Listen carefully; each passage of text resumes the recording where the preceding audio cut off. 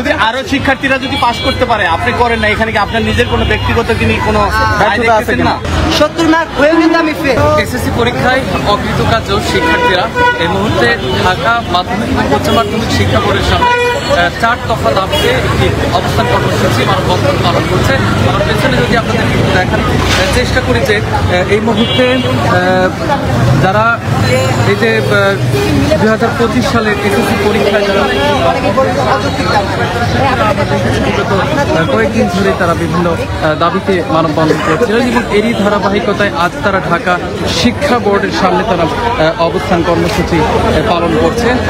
আমার 70 মার্ক হয়েও কিন্তু আমি ফেল, আর অনেকে 33 মার্ক 48 পেয়েও পাস করেছি। এর যৌক্তিকতা কি? আপনাকে মনে করেন এর কোনো যৌক্তিকতা আছে? নাই।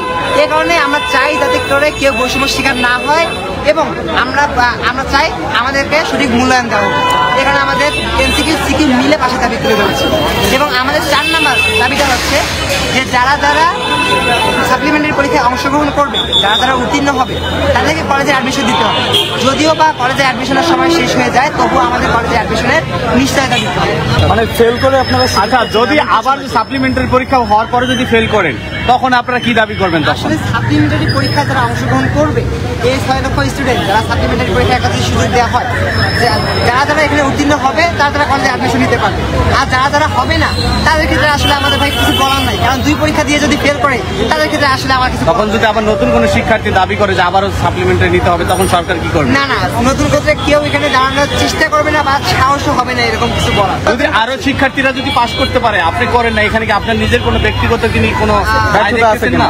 আসলে আপনারা দেখবেন যে হ্যাঁ, স্কোরের দিক থেকে অনেক শিক্ষার্থী আছে কিন্তু 48 পেয়ে পাস করেছে, আমি 70 পেয়ে ফেল করেছি।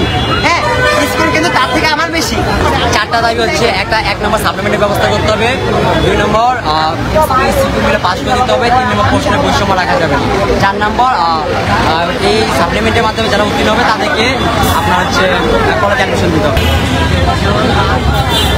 দর্শক, ঢাকা মাধ্যমিক ও উচ্চ মাধ্যমিক শিক্ষা বোর্ডের সামনে থেকে 2025 সালে যে সকল শিক্ষার্থী এসএসসি পরীক্ষায় অকৃতকার্য হয়েছেন, সে সকল শিক্ষার্থীরা 4 দফা দাবি আদায়ের লক্ষ্যে একটি মানববন্ধন অবস্থান কর্মসূচি পালন করছে, সেটি আপনাদেরকে সরাসরি দেখানোর চেষ্টা করছিলাম। দাবি, তাদের যে মেইন দাবি সেটি হচ্ছে সাপ্লিমেন্টারি পরীক্ষা, তাদের জন্য আরেকটি সাপ্লিমেন্টারি পরীক্ষা নেওয়া হোক, যার ভিত্তিতে তারা যদি কৃতকার্য হতে পারে তাহলে তারা যাতে কলেজে ভর্তি হতে পারে, সেই দাবিতেই মূলত তারা এই আন্দোলন করছিলেন।